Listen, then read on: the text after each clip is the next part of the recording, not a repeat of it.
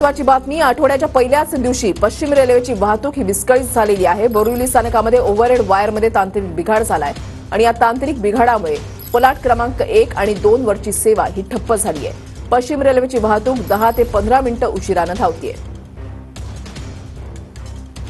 अक्षय मणकणी आमचे प्रतिनिधी आमच्या सोबत आहेत, अधिक माहिती जाणून घेणार आहोत। अक्षय, कधीपर्यंत वाहतूक पूर्ववत होईल, काय माहिती मिळते?